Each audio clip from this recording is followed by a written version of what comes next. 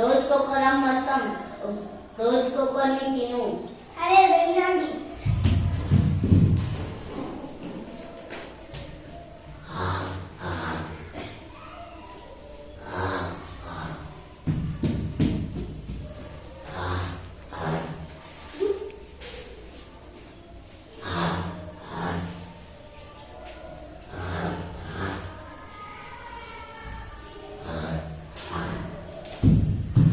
ఆలస్యం ఎందుకు చేశావు కుందేలు?